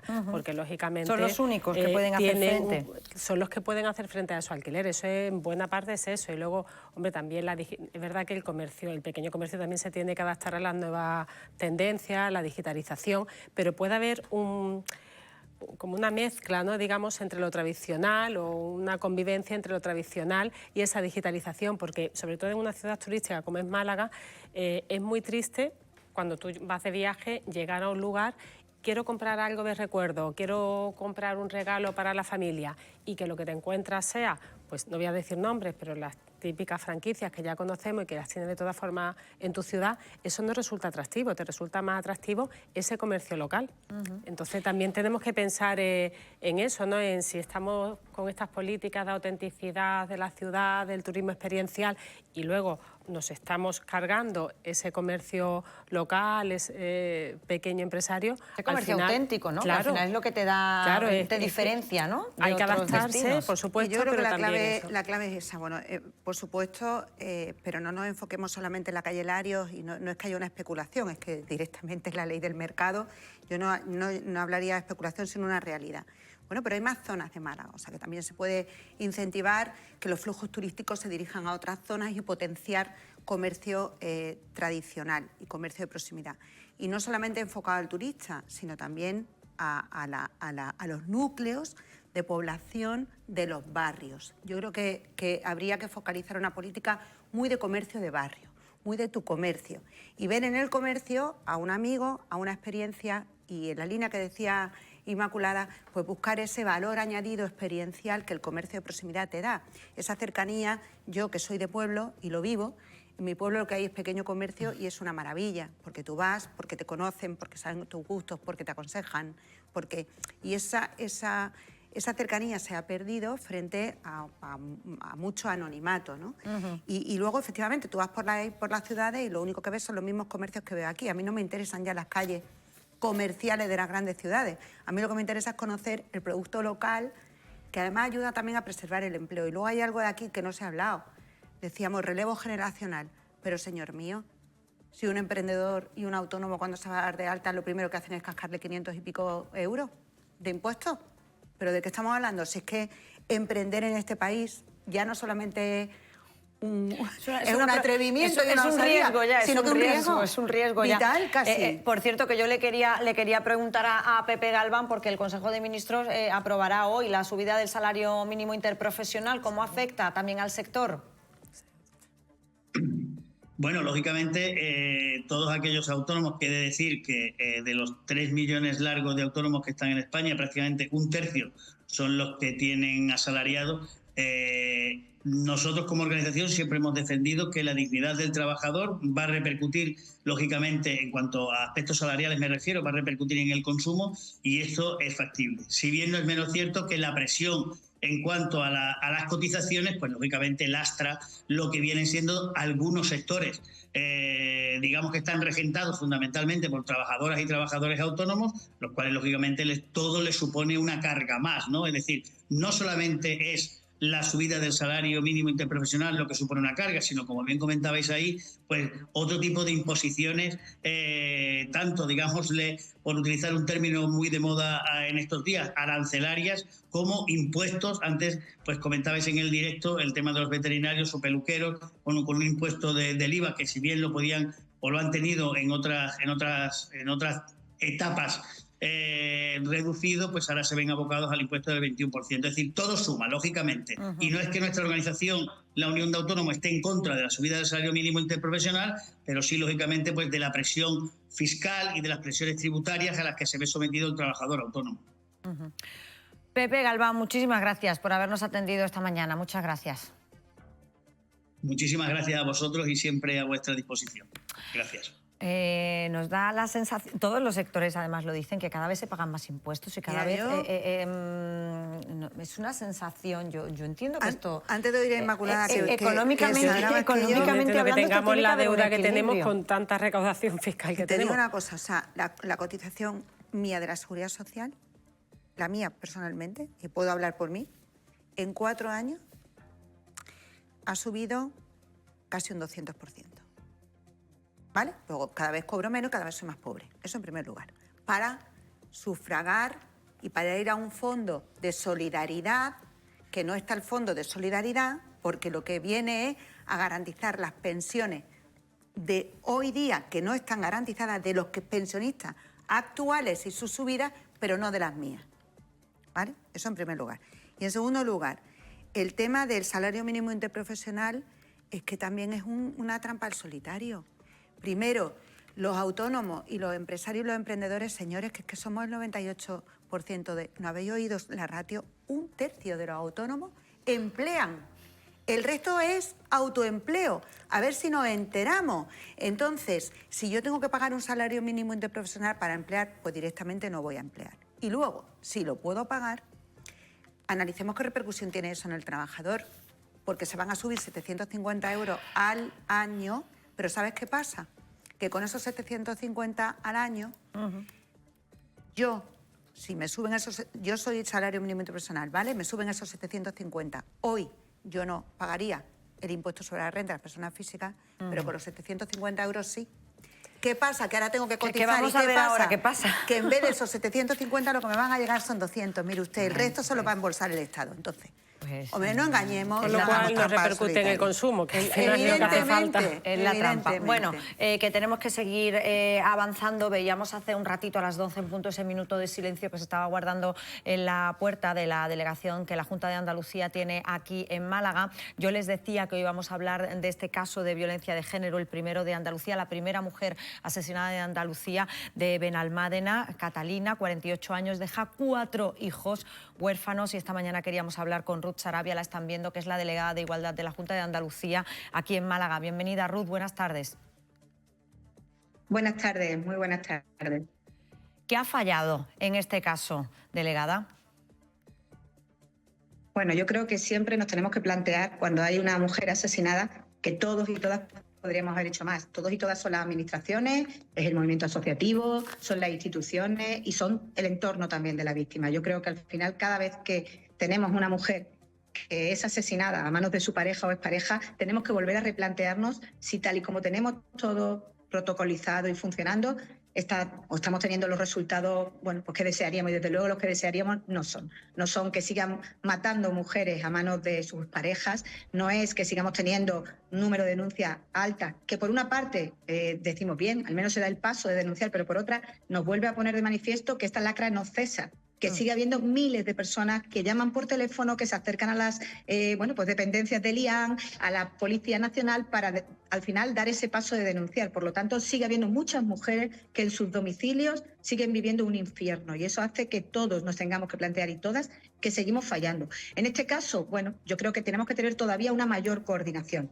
Es cierto que estas cosas nunca se pueden prever, pero sí, bueno, había una denuncia previa de la víctima y, bueno, se le denegó al final por distintos motivos. Hay que plantear y respetar siempre el criterio de los jueces también, pero, bueno, pues al final la realidad es que todos y todas tenemos que estar mucho más coordinados y darle de verdad la importancia que este tema tiene. Yo no voy a entrar en otros detalles que no tengan que ver directamente con las competencias que tenemos desde la Junta de Andalucía, y bien sabéis que las de la vigilancia y demás no nos corresponden a nosotros, sino al Gobierno, ¿no?, que es también quien lleva, bueno, pues esos temas. Nosotros en lo que estamos, y lo que hemos estado desde el minuto 1, es en la atención y el apoyo psicológico que llevamos dando a los familiares, a los amigos, a los propios menores que han quedado huérfanos, incluso al entorno escolar y educativo donde estos menores, bueno, pues iban a clase, porque creemos que ha sido un hecho tan traumático para toda la comunidad, para todo el vecindario. De verdad, Benalmádena está desolada. Ayer podíamos verlo en ese minuto de silencio que guardamos en las puertas del ayuntamiento, y creemos que ahí había que actuar.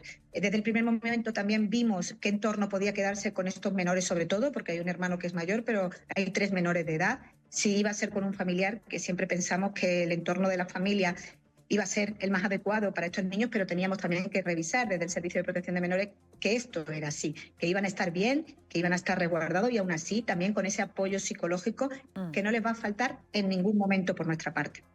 Entiendo que la Administración se ha hecho cargo de esos menores, delegada. No, se han quedado de momento con la familia, con un familiar.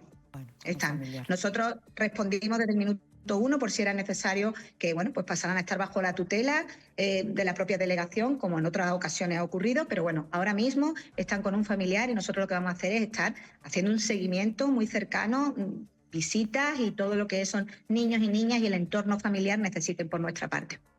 Delegada, yo sí que quería que lanzara un mensaje a todas aquellas mujeres que se puedan encontrar en la misma situación después de lo que ha pasado, porque es verdad que sí que siempre surge cuando esa mujer ya había denunciado, cuando no se habían puesto las medidas pues de alejamiento. Por ejemplo, no se le puso la orden de alejamiento que ya había pedido. Es cierto, pues que si un juez decide que no se debe hacer, pues no se hace y ya está. Pero ¿qué mensaje podemos lanzar a todas esas mujeres que se puedan encontrar en una situación parecida?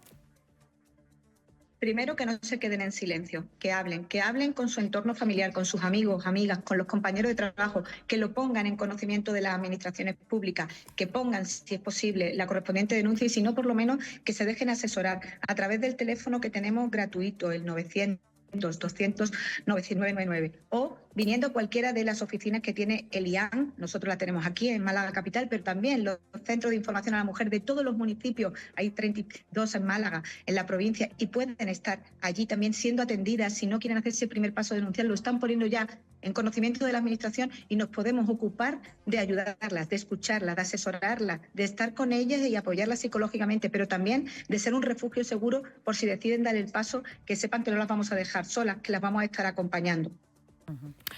Bueno, pues dado ese mensaje queda. No sé si Esther, Inmaculada, queréis preguntar algo. En cualquier caso, la última hora, lo recordamos también, es que el detenido, el presunto autor de ese asesinato, ha pasado ya a disposición judicial, que además nos lo han confirmado esta mañana, con lo cual siguen avanzando las pesquisas en este caso. No, yo tengo una reflexión jurídica por mi deformación profesional, pero también yo le quería preguntar a la delegada, porque ella no denuncia, es decir, hay una denuncia vecinal y es la policía quien de oficio denuncia, ¿no? Y lo pone en conocimiento del juzgado y el juzgado la llama a declarar.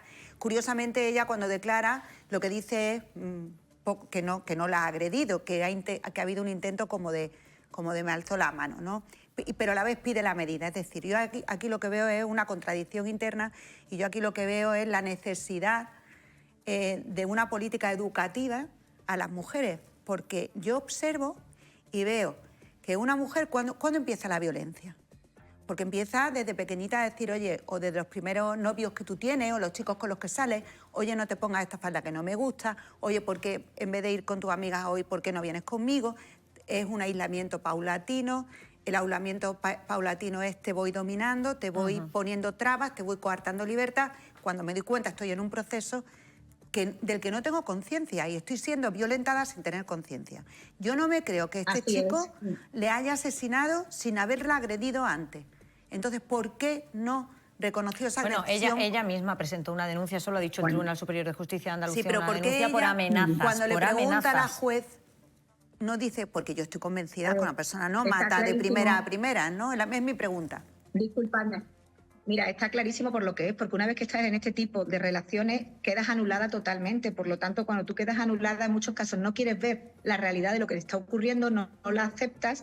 Si el maltratador te vuelve a pedir perdón una y mil veces, vuelve a perdonarlo, estás en un círculo del que no sabes salir. Entonces, en ese momento es cuando, por eso yo muchas veces digo, si no denuncia porque no está preparada para denunciar, porque incluso hay muchas veces que una vez que han denunciado retiran la denuncia por la propia presión del entorno que tienen, lo que queremos es que lo pongan en conocimiento nuestro, porque nosotros podemos ayudarla también en ese paso psicológico tan importante que tienen que dar, porque como se encuentran solas, en muchos casos terminan retirándola o desdiciéndose de lo que ha ocurrido. Que al final pues es algo que vemos muy a menudo, demasiado a menudo, y que termina al final, en muchos casos, pues con una mujer más asesinada. Por eso le decimos que desde los servicios psicológicos que tenemos también en los CIN, en el IAN, las administraciones estamos para apoyar y sabemos lo duro que es denunciar, poner en palabras y ante policía jueces, el infierno que estas mujeres viven en su casa, que es un verdadero infierno, y más cuando encima tienes niños menores, la decisión tan dura de saber que tienes que cerrarle, echar de su vida al padre de sus hijos, que puede ir a la cárcel, eso hace que en muchos casos las mujeres que están en ese proceso den marcha atrás, necesitan ese apoyo continuo, porque si no, no son capaces de poner palabra a tanto horror. Ruth Sarabia, delegada de Igualdad de la Junta de Andalucía en Málaga, muchísimas gracias por habernos atendido, porque además sé que tiene una cita ahora, por haber hecho este hueco para atendernos aquí en la televisión municipal. Muchísimas gracias. Gracias a vosotros, Paula. Gracias por dar también visibilidad, que no pase ningún asesinato, pase desapercibido. Eso es lo que también se pretende con los minutos de silencio. Repulsa ante lo que ha ocurrido, visibilizar que siguen existiendo estos crímenes machistas y que no nos olvidemos de las víctimas, no nos olvidemos de Lina. Totalmente. Pues aquí estaremos para recordar a Lina. Decías, Esther, que no se entendía. Estuvo hace poco una psicóloga que estaba especializada en violencia de género y explicaba que nadie pasa de ser un hombre maravilloso a pegarte una torta. Mientras ha habido un proceso muy largo en el que te han convencido, decía, es el de la olla. Dice, no te ponen la olla muy caliente, te la ponen poquito a poco y te la van calentando tan poquito a poco, claro, que hasta al final te has acostumbrado a ese calor, porque como ha sido todo tan progresivo, te vas acostumbrando Esa es la cosa, a los malos tratos, ¿no? Y fijaros, yo y hace falta el asesoramiento hemos psicológico. hablado algunas veces aquí también, ¿no?, de la gente joven, chicos y chicas jóvenes, muy jóvenes, cada vez más jóvenes, que por las nuevas formas de comunicarse, que también es como más inmediato, te hacen un seguimiento mucho más fácil, te agobian más por los WhatsApp, no sé cuánto, cómo ese dominio puede llegar a ser un tipo de control. Efectivamente, es un con tipo de las control. Redes sociales, las redes sociales, WhatsApp, un tipo de control. Llega un momento, oye, que no me has contestado. Bueno, es que no tienes por qué estar contestando. Es que no tengo ganas de contestar en este momento. O a lo mejor no ha visto el WhatsApp en ese momento porque está estudiando, porque está haciendo una actividad deportiva o lo que sea. Entonces, oye, que te he llamado y no me has cogido el teléfono. Está una hora haciendo deporte un niño y cuando llega tiene 5 WhatsApp, 5 o 20. Es que no me has contestado los 20 WhatsApp. Bueno, es que me las has mandado en una hora. Completamente de acuerdo Entonces, eso también, yo creo que eso también está influyendo en ese control. Y hasta se ve normal ese control, cuando no tiene que ser así. Respecto a las decisiones judiciales, pero es verdad que también ahí se nos queda un poco... ahí quería yo decir, ante la duda, no es mejor. Yo creo que el papel del Instituto de la Mujer es importantísimo. Porque el juez pregunto yo. Yo creo que este es un tema muy complicado de abordar. Y te lo digo yo como jurista. ¿Por qué? Porque mira, si los jueces y los fiscales se rigieran por emociones, tendríamos un problema de objetividad y de seguridad para respetar nuestros propios derechos, ¿no? Yo no me sentiría segura si un juez o un fiscal se rigen por las leyes y por los procedimientos legalmente establecidos. Si hay una víctima que declara, tendríamos que tener acceso a la declaración real, ¿no? Porque aquí estamos especulando con lo que conocemos. Nosotros tenemos en la nota de prensa que mandó el Tribunal Superior de Justicia, que yo entiendo que es la oficial, que es la oficial y que es la donde está la denuncia. Y claro, lo que ella decía, el pasado 21 de enero la víctima decidió presentar por primera vez una denuncia contra su marido. En la misma relató haber sufrido amenazas, coacciones y vejaciones leves por parte de su presunto agresor, pero aseguró que no había sido maltratada físicamente. Correcto. Entonces, que únicamente le levantó la mano sin llegar a golpearla. Si cada mujer que va a poner una denuncia dice que la han maltratado levemente, se pone una orden de alejamiento, entonces también tendríamos un problema. Es decir, aquí hay un bien jurídico protegido, que son los derechos y las libertades de todos. Entonces, la objetividad de los fiscales y de los magistrados, quiero decirte, por eso la raya es muy fina. Claro. Tú dices, ¿qué nos pide el cuerpo? Oye, mira, ante la duda, yo decreto unas medidas cautelares. Pero ¿y si estás haciendo un daño irreversible en esa medida de alejamiento? Entonces, yo creo que también está un poco a esas mujeres, animarlas, un poco lo que decía la delegada,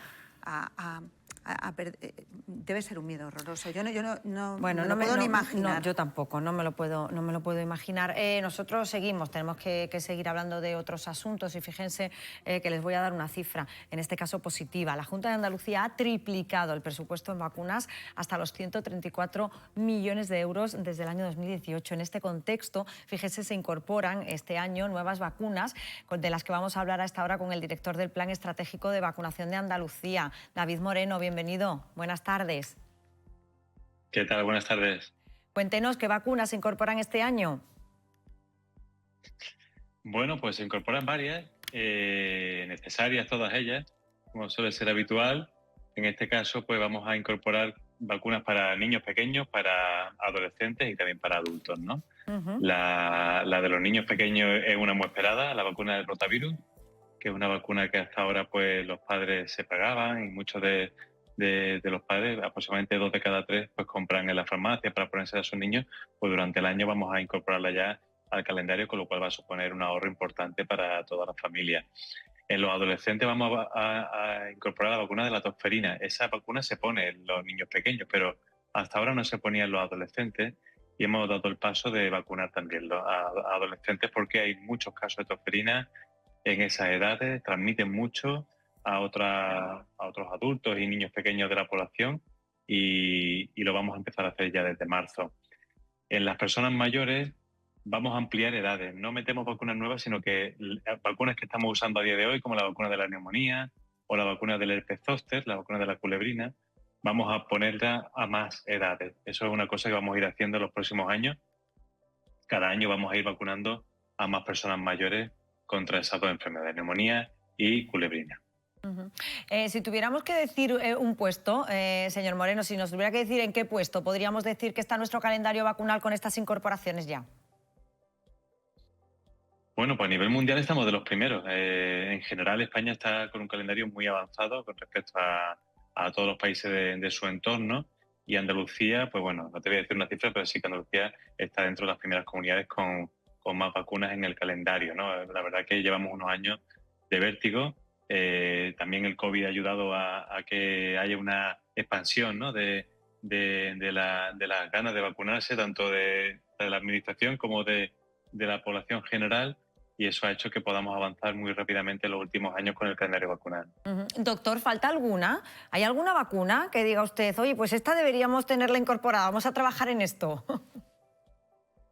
Bueno, a ver, vacunas nuevas que van a empezar a venir, van a venir varias. Una de ellas es la vacuna del VRS, del virus de la bronquiolitis, que se usa, se escucha mucho, ¿no?, esa enfermedad en los niños pequeñitos, pero se sabe que las personas mayores también padecen neumonías, infecciones respiratorias por este virus, y es una vacuna que está llegando ya y que estamos estudiando para poder introducirla los próximos meses o años. Y luego van a venir nuevas vacunas de infecciones que se conocen menos, pero que son virus respiratorios, la mayoría de ellos, que nos dan mucha lata durante el invierno, y esas vacunas seguramente poco a poco se irán incorporando a los calendarios, ¿no? De lo que hay ya ahora mismo, ya que tenemos ya y que se podría poner, poquito ya nos queda por poner ya en el calendario. La vacuna de la meningitis B, que se pone en niños muy pequeños, pues se está hablando de poder quizá en un futuro ponérsela también a los adolescentes. En fin, son ya, estamos ya un poco apuntalando, ¿no? Ya pequeños huecos que van quedando en ese calendario. Este año además se ha vacunado en los colegios. ¿Cómo ha ido la campaña? Pues la verdad que es fenomenal. La verdad que ha sido una experiencia preciosa. No solamente desde el punto de vista médico, porque lo es, ¿no? De hecho, pues se han vacunado muchos niños de gripe con una vacuna intranasal, una vacuna que no se pincha, sino que se pone por la nariz, que los niños han aceptado de forma fantástica. Además, se les daba un diploma, se les explicaba por qué se les vacunaba, y más allá de vacunarles en sí, pues estamos creando ya incluso una cultura vacunal desde la infancia, desde la primera infancia, para que ellos sepan por qué se ponen las vacunas, y eso seguramente creará una cultura vacunal en esos niños cuando sean mayores, con sus niños seguramente, pues también muy importante ir creando esa cultura. Se han vacunado casi todos los niños en los colegios. Hemos visto menos gripe en niños que otros años, y de hecho vemos más niños ingresados por gripe no vacunados que vacunados, y eso es un efecto evidentemente de la vacunación, ¿no? Los niños que no se vacunan pues tienen más riesgo de ingresar en el hospital por culpa de la gripe, y eso desgraciadamente es lo que hemos visto este invierno. Pues David Moreno, muchísimas gracias por habernos atendido esta mañana. A vosotros, muchas gracias. Avanzando también en el calendario de vacunación de Andalucía. Importante, que hay que poner en valor también las cosas positivas de cosas nuestra buenas sanidad hay que contarlas. pública. Oye, pues si hemos triplicado la inversión desde el año 2018 en vacunas, pues hay que contarlo también. No siempre vamos a contar lo malo. Muchas de esas vacunas ya estaban en el calendario de otras comunidades. Por ejemplo, la del rotavirus. Efectivamente. Entonces, es interesante porque, vamos, los que hemos tenido niños siempre estás con la cosa, bueno, ¿se la pongo o no se la pongo? No ya por pagar el dinero de ponérsela por tu cuenta, sino es que hay gente a lo mejor que no lo puede pagar. Pero, entonces, pero incluso pudiendo, dice, ¿hasta qué punto es necesario? No, y entonces cuando el pediatra te dice, no, que no es obligatoria, o sea, que no te la pone la Seguridad Social aquí, pero en Madrid la están poniendo. Entonces, cuando tú escuchas eso, te hace reflexionar en las desigualdades que hay muchas veces incluso dentro de España, entre distintas comunidades autónomas. Entonces, bueno, que no puede haber una desigualdad, no puede haber un niño que no se vacune porque no pueda, pagar y sobre todo que un niño en Madrid se vacune y no se vacune en Andalucía, durante mucho tiempo, por eso hay que contarlo. Claro, por eso estamos siempre hablando de listas de espera, vamos a educarnos también de otra forma, ¿no? Y a dar datos positivos, que me parece maravilloso, y también sobre todo por no sé, responder también un poco a los movimientos que hay antivacunas que han surgido con el tema del coronavirus. Y yo conozco mucha gente, amigos, gente de mi entorno que está en contra. Y que muchas veces yo he oído hasta comentarios de decir, es que esto me ha salido por culpa de haberme vacunado del COVID, ¿no? O la vacuna del COVID me ha dejado una secuela. Y tú dices, no lo sé, yo lo único que sé es que lo cogí, gracias a Dios, más tarde, ya vacunada. Y hombre, solamente tenía puesta la primera. Y para mí fue un paso, como una gripe, ya está. Sí, sí, sí. Y hubo gente que perdimos en el camino y eso no se puede olvidar. No se puede olvidar, además, de verdad. Esther Inmaculada, muchísimas gracias a las dos por haberme acompañado esta mañana. Mil gracias. Que saben que antes de irnos a publicidad nos gusta hacer un repaso por todos los asuntos en los que están trabajando a esta hora. Son las 12:49. Nuestros compañeros de la redacción, María José Vidal, buenas tardes. ¿Qué tal, Paula? Muy buenas tardes. Pues nosotros muy pendientes de lo que sucede en torno al asesinato de Catalina. Ya saben, esta mujer vecina de Benalmádena que fue asesinada presuntamente por su pareja el pasado domingo. Hay más detalles en relación a lo que sucedió durante esa tarde-noche de domingo y también más reacciones a unos hechos que mantienen consternados a los vecinos de la mujer y también a buena parte de las instituciones, porque se está analizando y con detalle cómo es que finalmente no tuvo una orden de alejamiento a pesar de que la solicitó. Se están revisando por parte de la delegación del Gobierno y de la subdelegación qué pasó con este asunto y hoy, ante las posibles dudas, pues hay reacciones por parte de todas las instituciones. La más contundente, la de las mujeres de la Plataforma contra la Violencia Machistas. Hoy han convocado una concentración a partir de las 7 de la tarde, una concentración en repulsa por este asesinato en la Plaza de la Constitución de la capital malagueña. No descartan además emprender acciones legales contra esta decisión que dicen injusta. La denominan violencia institucional y hoy explicamos en los informativos de qué se trata y a qué hacen referencia. Nos fijamos en asuntos también algo más amables, los deja el puerto de la ciudad, tiene que ver con el balance que han hecho hoy de 2024. Los datos son espectaculares. Ha incrementado el puerto en un 730% el tráfico de contenedores durante el pasado ejercicio.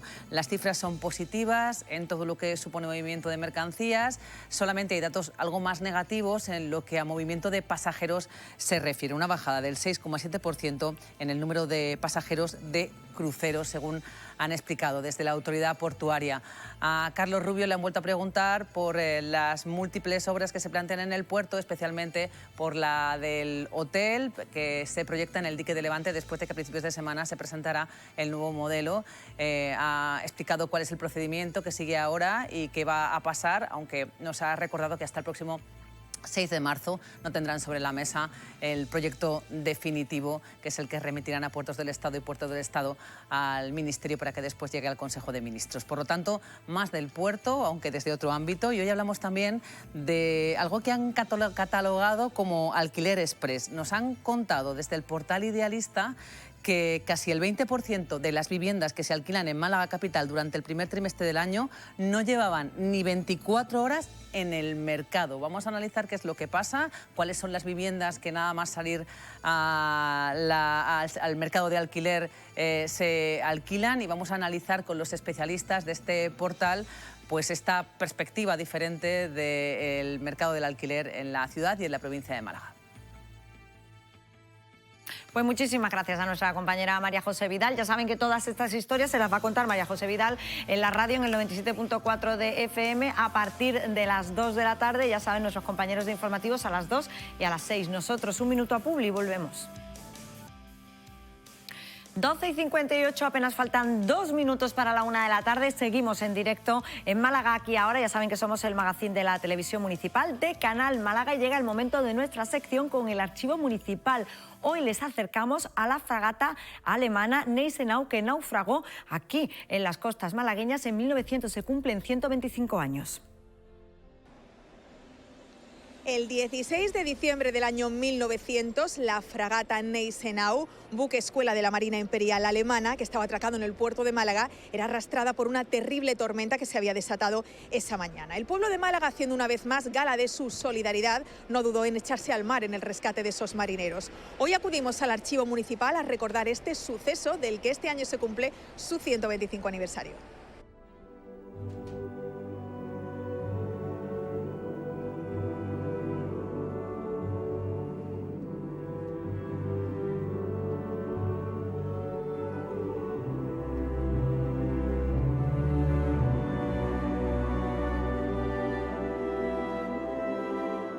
Estamos ante un acontecimiento desgraciado, pero que marcó la historia de Málaga durante todo el siglo XX. Y de hecho, este acontecimiento está vinculado con otros momentos históricos que, digamos, culminaron con lo que es la construcción del puente de Santo Domingo, del llamado Puente de los Alemanes. Así que estamos ante un acontecimiento que, sin duda, marcó la historia de Málaga durante todo el siglo XX. Pues el buque llevaba fondeado desde el mes de noviembre, estaba en misión diplomática, ¿no? Y bueno, pues la bahía de Málaga, famosa por la tranquilidad de sus aguas, era un lugar seguro para estar fondeado este barco. Lo que ocurrió que fue ya el día 15 de diciembre, el tiempo empezó a empeorar un poco. Pero ya el 16 se puso en marcha un vendaval horroroso que hizo al barco pues intentar arrancar incluso los motores para moverlo de ahí, pero la fuerza del mar fue tan terrible que al final terminó arrastrando al buque hacia la escollera, hacia el dique de Levante, donde pues se estrelló el barco y ocurrió pues todo lo que conocemos de ese naufragio, donde murieron más de 40 marinos alemanes y donde además digamos la intervención del pueblo malagueño fue totalmente heroica y el acontecimiento fue de tal relevancia que dio la vuelta al mundo, salió en todos los periódicos no solamente nacionales sino también internacionales y eso, digamos, dejó una profunda huella que todavía pervive en la historia, ¿no? La historia de la ciudad y también la llevan de alguna manera en su ADN los malagueños, que reconocen ese vínculo especial que tenemos con el pueblo alemán. Los que eran católicos estaban en misa y no estaban dentro de la embarcación, por lo tanto no se salvaron de ese naufragio, ¿no? Pero es cierto que el resto, más de 40, fallecieron, otros tantos también fueron heridos, muchos de ellos de gravedad. Y se destaca eso de cómo, en primer lugar, los propios trabajadores del puerto, luego los marineros que también estaban en el puerto de Málaga, los ciudadanos malagueños se volcaron, intentaron ayudar en todo lo que pudieron para salvar a esas personas que se estaban ahogando, ¿no? Ahí hubo una mezcla de todo perfil de ciudadanos, de trabajadores del puerto que se volcaron con el naufragio, ¿no? Algunos incluso sacaron pequeñas embarcaciones dentro del puerto de Málaga donde estaban seguros para intentar salvar a los marineros, ¿no? Finalmente el último que se quedó a bordo, el capitán, pues también falleció ahogado, ¿no? Pero es cierto que en todo ese proceso, durante el hundimiento, pues los malagueños de diferentes profesiones, perfiles, se volcaron e intentaron, arriesgando su propia vida, pues salvar a buena parte de la tripulación. Ya estamos hablando de que en el barco iban unas 470 personas y de ellos pues unos 40 y tantos, como he comentado, pues fallecieron y otros fueron heridos de gravedad porque chocaban contra la escollera y lógicamente pues lo pasaron. Francamente fue un episodio terrorífico, ¿no? Como describen además los periódicos de la época, ¿no? Que tienen bastante huella.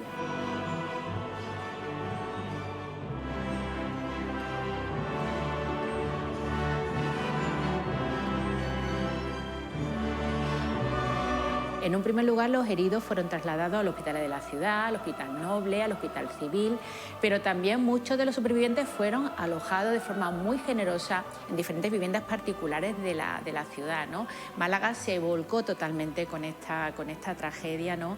Y hasta, digamos, el propio canciller, el propio Kaiser, Guillermo II, reconoció desde el minuto uno la heroicidad del pueblo malagueño. Además, ese episodio de la historia de Málaga fue lo que permitió que Málaga lleve en su escudo el título de muy hospitalaria, que fue concedido por la reina regente con motivo de estos acontecimientos, donde la ciudad sin duda pues mostró esa generosidad del pueblo malagueño y esa heroicidad, ¿no? Que ha quedado para siempre en nuestra historia.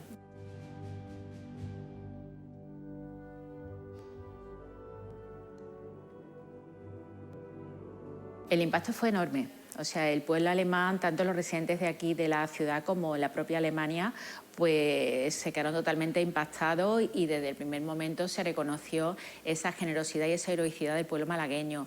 Tal es así que cuando Málaga sufrió, años después, un acontecimiento también muy desgraciado, como fue la riada de 1907, donde murieron tantos malagueños, pues se hizo una suscripción que surgió aquí en Málaga, pero que luego a nivel de toda Alemania también se continuó con ella, pues se consiguió una cantidad económica importante y se construyó el puente llamado el Puente de Santo Domingo, Puente de los Alemanes, sobre el antiguo puente que se fue destruido durante la riada de 1907.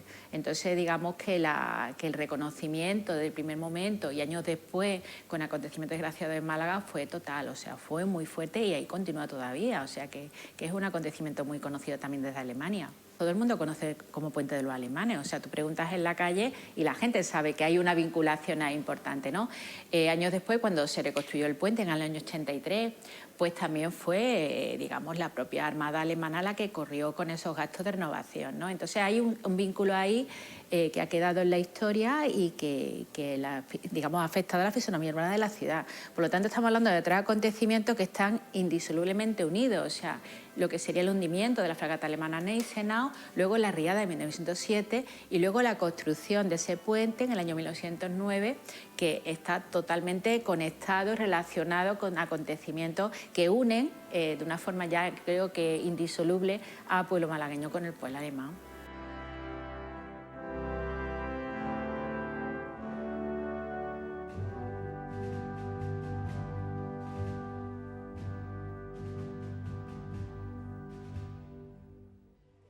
Nosotros en el año 2022 tuvimos la suerte de recibir una cesión del consulado alemán formado por más de tres carpetas de documentación, entre dossier, fotografías, documentos originales, donde se describe lo que fue este acontecimiento desde el lado alemán y está también disponible para su consulta para todos los usuarios que quieran venir al archivo a reconstruir pues, ese episodio de la historia de Málaga tan relevante, ¿no?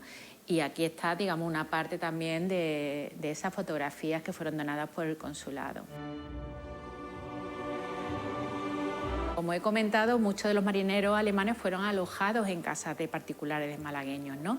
Y bueno, uno de ellos, Otto Lemberg, se enamoró de una malagueña, se casó con ella y como fruto de ese matrimonio nació nuestro famoso compositor Lemberg Ruiz.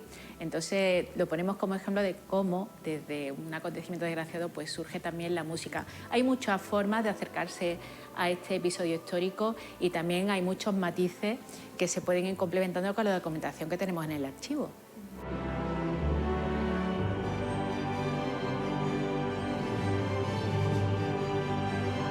Yo creo que sin duda es uno de los más importantes y además que lo muestra la propia repercusión mediática que tuvo en su momento. O sea, esto dio la vuelta al mundo, fue conocido a nivel mundial y de hecho, como he comentado, nuestro propio escudo ha quedado ya como muestra en el título de muy hospitalaria esa heroicidad y ese momento que se vivió en la ciudad cuando el hundimiento de la fragata alemana Gneisenau, 16 de diciembre de 1900, ¿no? Entonces sí que hay una huella profunda y además yo creo que ya permanente.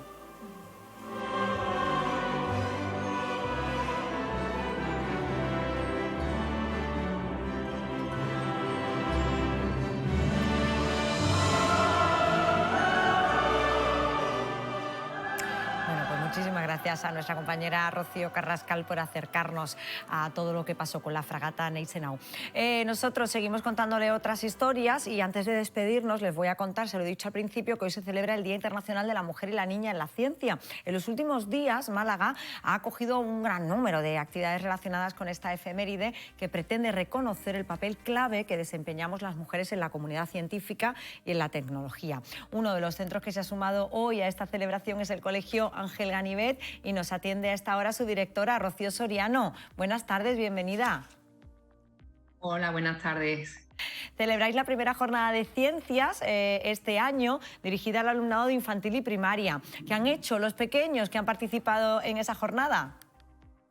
Bueno, pues realmente la jornada de hoy es el producto final de un trabajo que hemos ido haciendo semanas anteriores, vinculados con la ciencia, los experimentos y científicas que a lo largo de la historia han hecho grandes aportaciones en este campo.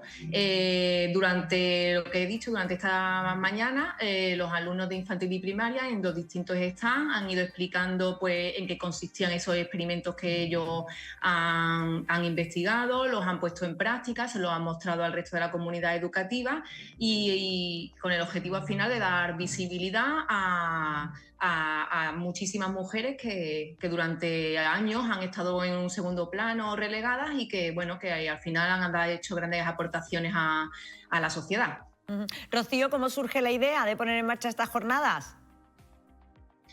Bueno, pues nosotros tenemos aquí en los colegios, trabajamos distintos proyectos, en concreto el Plan de Igualdad, tenemos un compromiso importante con la educación en la igualdad y en la perspectiva, trabajar la perspectiva de género desde edades muy tempranas y tradicionalmente casi todos los cursos hacemos algo relacionado con eso, con la coeducación, con los buenos tratos y este año pues bueno, lo hemos enfocado relacionándolo con la niña, con la mujer, la niña en la ciencia, pues con idea de inspirar a que todos los niños de edades tempranas pues sueñen a lo grande y bueno, que con el tiempo puedan acceder a profesiones o estudios que tradicionalmente se han vinculado con el género masculino y que bueno, pues que todos tenemos cabidas y podemos hacerlas, ya sea la ingeniería, las matemáticas, la informática, pues que también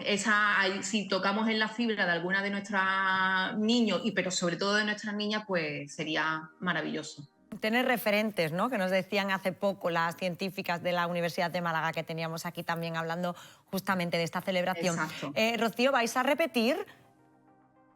Claro, el año que viene. Sí. De hecho, lo que he dicho, hacemos este tipo de actividades casi todos los cursos, es una forma de trabajo que es una señal de identidad de nuestro colegio, el trabajo por proyecto, y el año pasado trabajamos también diferentes mujeres que han hecho aportaciones a nivel de literatura, de historia, de deportes, y este año ha sido vinculado con la ciencia. Siempre nuestra faro guía, digamos, es la coeducación y la igualdad y estamos muy motivados por seguir en esta trayectoria. Pues Rocío Soriano, muchísimas gracias por habernos atendido esta mañana y enhorabuena por esa actividad que habéis puesto en marcha. Gracias. Pues muchísimas gracias a vosotros. Gracias. En el Colegio Ángel Ganivet, aquí en la capital, que ha puesto en marcha esa iniciativa dedicada a la celebración hoy del Día Internacional de la Mujer y la Niña en la Ciencia. Nosotros estamos llegando ya al final, pero antes de despedirnos les vamos a dar a conocer algunas actividades que tienen lugar en la ciudad en nuestra agenda cultural.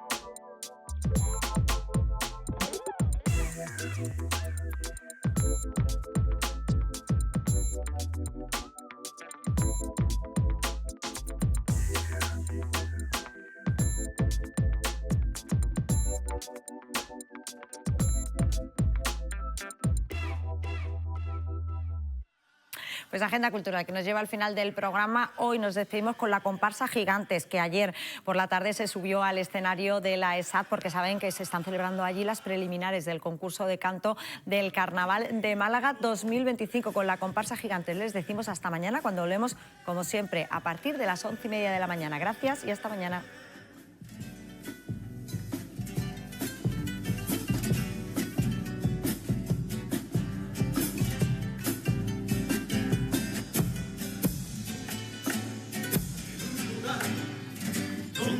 marcial de alquitrán, el horizonte donde los cómplices fardan y los esclavos se esconden, la ciudad de los gigantes.